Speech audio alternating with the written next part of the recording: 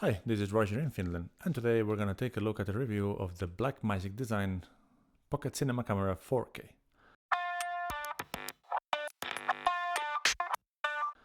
The Blackmagic Pocket Cinema Camera 4K, which I will be calling the Pocket 4K going forward, is in a similar price bracket than the A6400, Panasonic GH5, Fuji X-T3 or 4 soon. Those are hybrid cameras, as in a good compromise of photo and video, but the Pocket 4K is a cinema camera.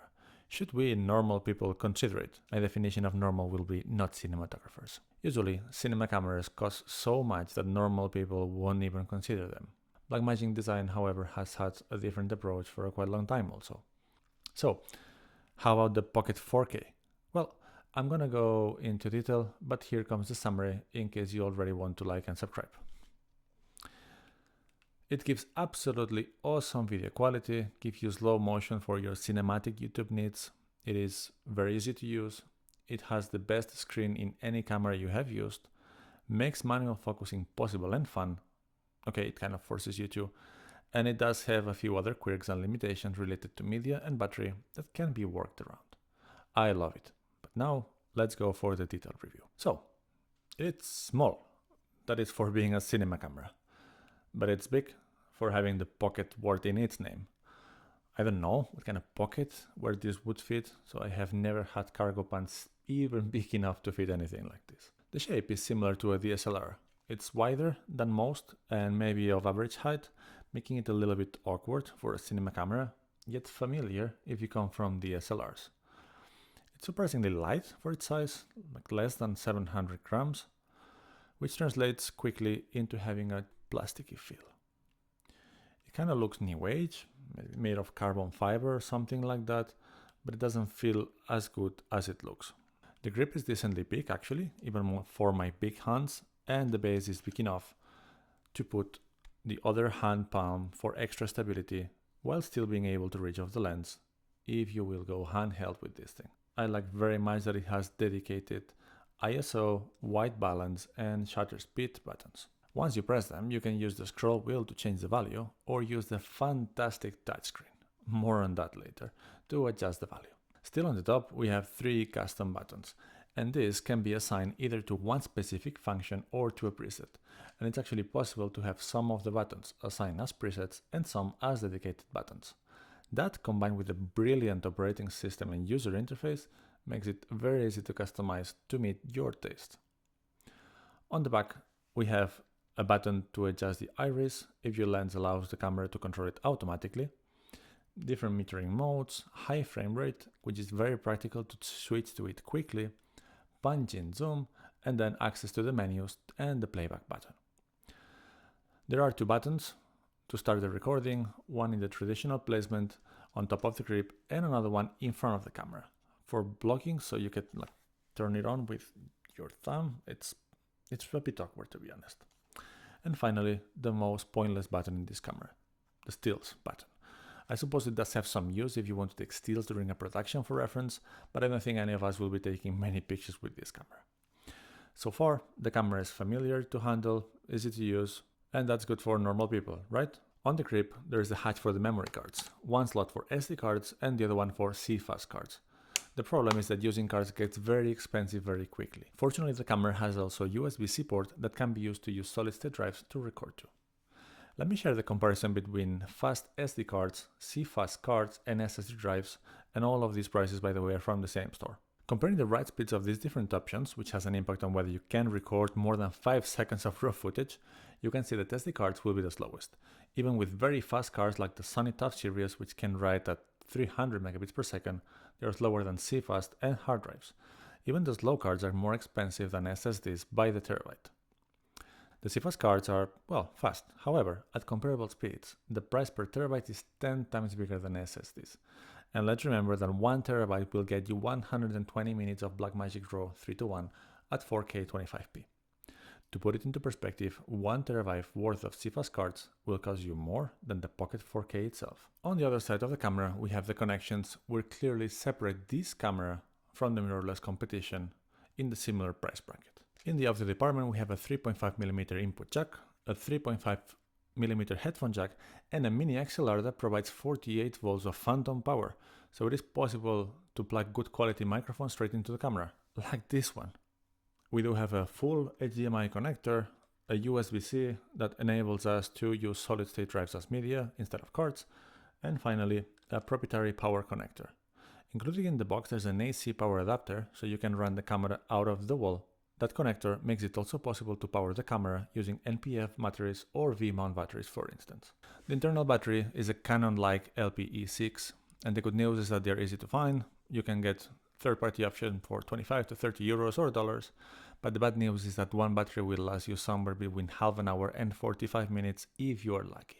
It's actually quite scary, but after turning the camera with a full battery, just going through the menus, changing a few settings, the battery dropped 20% very quickly, even before turning the record button on for the first time. One of my favorite bits of this camera is the screen.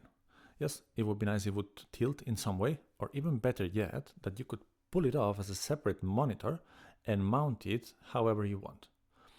Coming from DSLRs and mirrorless cameras, this screen is big, it's huge, and it's really, really good. The only complaint is that it isn't super bright, so outdoors might be a little bit challenging to see. On the very positive side, it's fully touch enabled.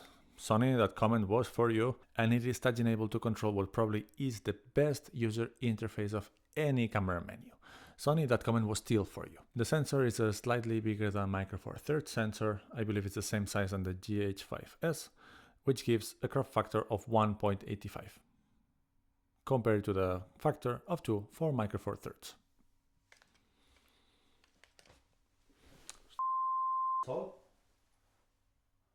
It does have dual native ISO, and while it doesn't see in the dark, you can grade results from it in low light. Check out this Make Art Now video filmed with a Pocket 4K and lit with just moonlight. Yes, low light is okay. It doesn't have IBIS, in-body image stabilization, and if that is something that really matters to you, then this camera is clearly not for you. The mount is the Micro Four Thirds, which is one of the most versatile mounts there are. Because of the short flange distance and the smaller sensor than other systems, pretty much anything is adaptable to this one. Additionally, there's a pretty big selection of native lenses from Panasonic, Olympus, and great third-party options like Sigma and Voigtlander. My favorite lenses to go with this camera are the Meike Cine lenses. They have released a few, and there are some more coming. All of them have T2.2, equally built, with the gears in the same places, and I can only say good things about them. And this is about those that I do have, the 25mm and the 12mm. So how about the normal people, you say? Well, it's still easy to use.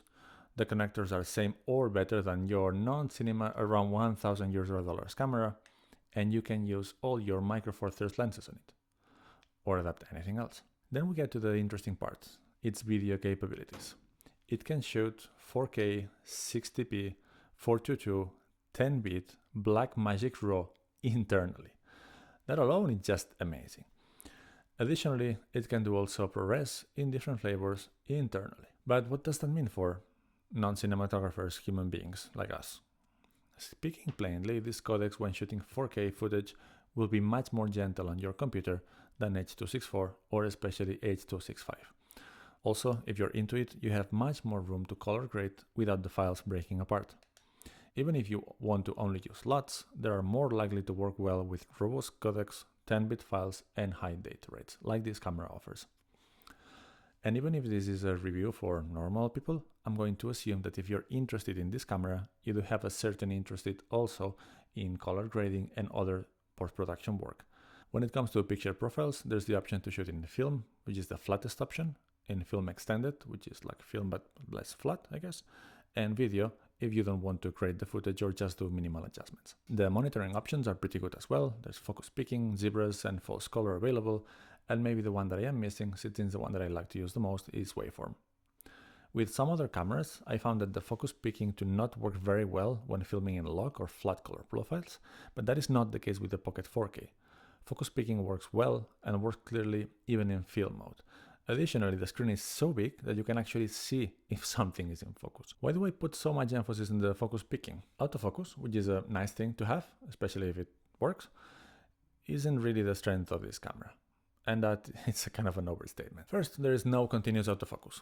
and the only autofocus is a one-time touch to focus, which will hunt a bit and then hopefully focus. So if you really want or need autofocus, this camera is not for you. And for those saying that AF is only for amateurs, well, that's why many of us are. And still, I would recommend watching Philip Bloom's video on the Sony FX9 or Gerald Andon's video on the Canon C500 Mark II. I'm gonna say that those cameras are not amateur and they do have killer autofocus. Okay, what else is interesting for us mortals then? Slow motion. We do have 40K, we don't have 40K, we do have 4K 60p with all the possible codec flavors and great quality. There is also 120p in Full HD with some quirks depending on the codec. In order to use 120p, you need to do it in Blackmagic RAW and Full HD, and Full HD is always in windowed mode when shooting in Blackmagic RAW. That results into a crop factor of 3.7. I'll calculate it and put it somewhere here. However, if you're using ProRes, you can get up to 60p, but you get the full sensor. Anyway, for your YouTube cinematic B-roll, you get 4K 60p, however you want, and Full HD 120p with some quirks. Either will be very likely in better quality than you would get from hybrid cameras. The next thing I wanted to go through is audio. As I mentioned earlier, when I was going through the connectors, that it does have a 3.5mm input and the output jacks, the most exciting feature is the mini XLR connector. That means that you can have a microphone like this one that requires 48 volts of phantom power plugged directly into the camera. Not only that, but you can use different inputs for different channels. You could have an XLR microphone on the right channel and on the other one plugged to the 3.5mm jack in the left. With that, you could set different gain levels into the different channels. What you cannot do, which would be nice maybe, is to record from one input to the separate channels with different gain levels. That would be a safety track. While doing this task, I realized that I made a mistake during the review. It's possible to set different gains in the left and right channel if you're using the 3.5mm input. So right now, I'm recording this D3 Pro from DT into the BMPCC 4K through the 3.5mm jack. I have one channel set at 75% and the other one at 50%. If you use the XLR input, then you can set only one gain level, either we're using for one or two channels. I hope this clears it out. Now we can go back to the review. As for the normal user, you can just plug in your video micro to the 3.5mm jack and it will just work, giving you the option to easily adjust the gain. Blown away! And the sound quality is very good. Instead of just taking my word for it, let me share some tests in a non-treated room. The camera will be placed roughly a meter away from me, and the external microphones will be close by at 30 centimeters or less. I believe that's 1 foot. The hawk crawled under the high fence. Move the vat over the hot fire. The hawk crawled under the high fence. Move the vat over the hot fire. The hawk crawled under the high fence. Move the vat over the hot fire. The hawk crawled under the high fence. More vat. Move the vat over the hot fire. The hawk crawled under the high fence. Move the vat over the hot fire. Here now I'm pretending that you guys are seeing something, but I just recorded this like 3 hours later. By now you probably have guessed that I like the camera very much. I find it very easy to use. I don't mind the sensor size, and the image and audio quality are outstanding. And even more when you consider the price. I'll admit that I wouldn't mind having a Sony level autofocus, and that I wouldn't need to find external battery solutions. And if I'm making feature requests, a removable screen. The camera is already not weather sealed, so this wouldn't make it worse. It would have a proprietary connector that would plug into the camera when you push the screen in, and then you could have a 30 centimeter cable when you take this out of the camera and mount it somewhere else. Oh yes, and it would have like NATO rails all around, and it will be fantastic. I'll take it. Thank you.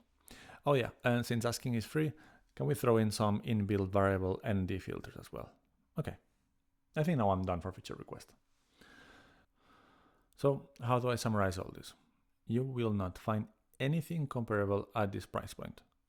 If the features that make it different is something you want, and the drawbacks you can live with, autofocus, battery, and media solutions being the main ones, and you can find one in stock, I think you'll be happy.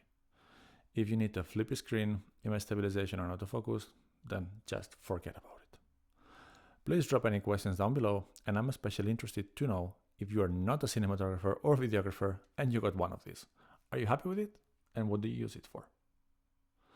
I hope you liked this video. If you did, please like and subscribe, and we'll see you soon for some more.